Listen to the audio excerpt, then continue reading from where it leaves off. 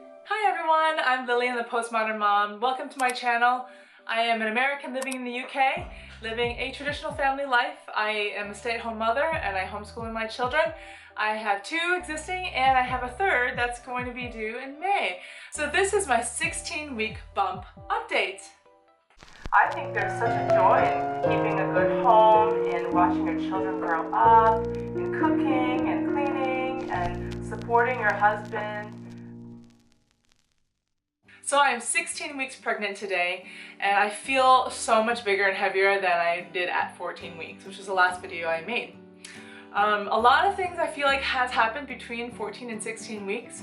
The main thing is that I had a little tussle with midwife. I didn't really like the midwife I saw when I went to see her, the first one, for the first time, the first initial 12-week visit. And my experience was that she didn't seem to understand where I was coming from. So I wanted a home birth, and I knew the risks of what happens, and I had placental retention. And all she kept focusing on was my blood loss, which was 2.2 liters. And I realized that that is a lot of blood to lose, but that includes the whole time from getting transported to the hospital, including the manual extraction of the placenta. And it's a lot of blood loss, but then again, if I didn't have to get transferred, then I wouldn't have lost that much blood. Does that make sense? And I was trying to tell her, I really want to avoid going to the hospital this time and do my best. Let's just hold off on doing any special interventions. And she was just not getting it, and just kept saying, well, I'm going to have to refer you to a consultant midwife, etc., etc. And yeah, so I didn't feel like she was on my side, and I didn't feel like she understood, because she personally, I asked her, oh, how was your birth experience? And she had had 4 children, all via C-section. And the reasons that she gave me are reasons that in my birthing class are things to look out for that may not be a true reason. For example, just going overdue is not a reason to get a C-section. Going overdue and having fetal heart tones that are bad, yeah. Or low fetal movement, yeah.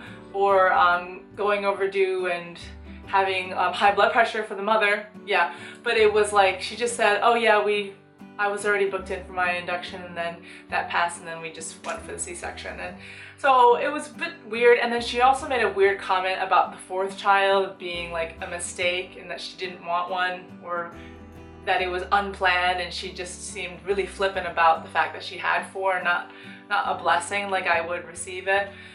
So yeah, I didn't get along with her, and I went away from that meeting feeling really bad about the NHS and feeling like I don't want to be a part of this organization that's going to have midwives like this. She's never experienced labor, clearly wasn't for home birth. So I went home on my Facebook page, and I'm in this group that's about home birthing in the UK, and I asked them, have you ever experienced this? They're saying that I can't have a home birth. How do I change my midwife? And everyone was like, just call and just tell her that you want to change midwife. This is no big deal. So I didn't feel comfortable calling her directly. So I called the group, the team, and they put up a fuss. They were like, you can't just change midwife. We'll have to have the head midwife call you and discuss your options. And I felt and they were like, oh, what was the reason? Then to me, it doesn't even matter what reason I give. I want a different midwife, and it should be no problem. So anyway, that didn't happen like that. And a week later, I didn't receive a phone call back from the head midwife. So then I just sucked it up, and I sent the midwife a direct text saying I'd like to change midwives. I just didn't feel comfortable. And she responded rather nicely, and she was like, oh yeah, that's no problem. I'll schedule in with whoever you know, this person, that person, etc. And I was like, oh, that's really relieved. I felt really relieved that she didn't get offended and she didn't make a big fuss out of it. At the same time, what were the other midwives thinking, the ones that I had called and said I'd like to change my midwife, and why were they putting up such a fuss? I don't know. So, long story short, she did move my midwife appointment, and I just got to see the same midwife that I saw for the last pregnancy. So it was the same lovely midwife, Lucinda.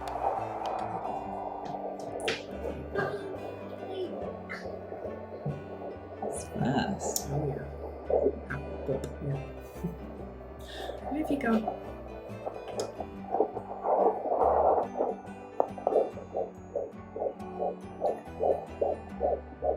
You've got another wiggly one, I'm afraid. Yes. Probably avoiding. Possibly. I'm keeping some good names if it's a boy. You're keeping a secret. Good plan. What I really appreciated about her was she put it right in the beginning. It was just like, you know, did you know that the previous midwife referred you to the consultant midwives? I said I understood, yes, and they sent me a letter already saying that they're going to have a phone conversation with me, and I said that was fine. And then she also said, you know, they're going to start out by saying you have to have your birth in the labor ward because of your blood loss, and she said, but I know that you're going to have a home birth anyway, but that's pretty much, I just wanted to warn you that's where they're going to start and to be ready. I thought that was really nice. I know that she would probably would rather me just follow the orders and have a birth in the labor ward, but she did make it clear that it was my decision, and she wasn't trying to pressure me. She just wanted to make me informed that this is the advice that they're going to give, and after they look at all my records and talk about things, they're going to come up with a plan for me. But she also acknowledged that I could very well just choose to have home birth and just go back into the hospital for the same thing that happened last time, and that's no problem. So I am very optimistic though, in all the research that I've done about third stage labor, about placental delivery, that we just need to be a bit more careful about how I approach it mentally, how we control the environment, and how we wait a little bit longer and be patient. Because my firstborn, once again, I had the placenta come out around 45 minutes. The secondborn, they didn't even let me wait until 30 minutes, and then they gave me oxytocin and started tugging. It was not a good situation. So I'm trying to control that situation this time, third time, with the NHS, and I know I'm going to get a lot of pushback, especially from these consultant midwives who are basically like obstetricians, doctors who would rather not have a natural birth.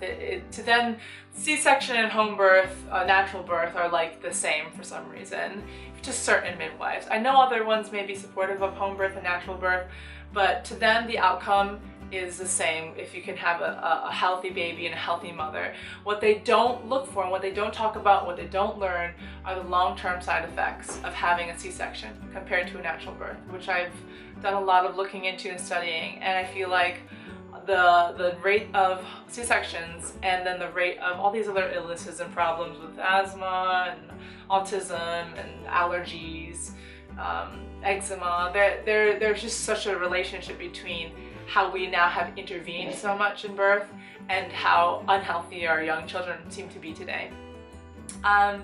So anyway, that's my goal, is what's gonna happen. But I did have a little scare a couple days ago where I had some spotting and I got worried, but it cleared up and I am fine now. I'm just taking it really easy and not being too stressed out. Well, what I've been doing unintentionally is just, I have been working too hard. I've been moving heavy things and rearranging the house, and I probably shouldn't have done that, and so I'm just taking a step back now and going, wait, let's just slow things down, cancel a couple of things with friends, and make sure that the baby is okay and I'm not stressing myself out too much. So yeah, but I think everything still feels quite normal, and I'm eating a lot better, thank God, and I can cook now and I can do a lot of things around the house. I feel just so much more energetic, less nauseous, and I think that's what drove me to do more, but I have to dial it back. So just a little reminder, ladies, that once you start to feel good again, I know it's going to be easy to be like, oh yeah, let's just keep doing stuff, but it's probably not the best idea. Anyway, let's show the bump in the red dress.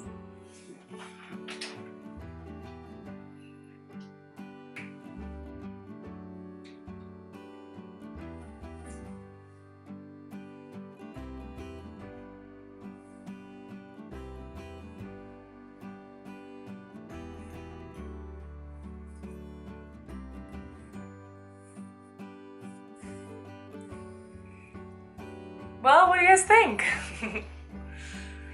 Oh, I definitely feel like I'm heavier. I feel like the baby is growing, and I think I even feel the baby moving quite a bit. I had a little scare, like I said, before I had the blood. I actually felt like I had done too much, and I was worried that I couldn't feel any movement because I had thought I felt movement around 14 weeks, and then around 15 weeks I was like, where's the movement gone? And so what was great about the NHS was that my local surgery was happy to have me come in and just do a Doppler and listen. A doctor was there just to help me, just to listen for the baby's heartbeat. It took him a little while to find it, which was a little bit nerve-wracking, but I ended up hearing it, and everything was fine. But during that wait, I was like praying, and Humphrey was crying and being obnoxious. So I couldn't really hear well, and everyone was stressed out from his crying. But yeah, that's pretty much it. Thank you so much for watching this video. I hope you enjoyed it. Leave a comment below and let me know if you've had any experiences like this, and if you have any advice for me. And yeah, feel free to look me up on the Postmodern on iTunes and Google Play, because I have some music out on there, some British patriotic music, some French music, and some Italian music. If you look up the Postmodern family, and that supports us and our channel. And if you're not a subscriber of the Postmodern family, feel free to check out that channel as well. And stick with me if you want to see more of the birth, the pregnancy, the homeschooling, etc. Thanks for watching. Bye! I think there's such a joy in keeping a good home, in watching your children grow up, in cooking and cleaning and supporting your husband.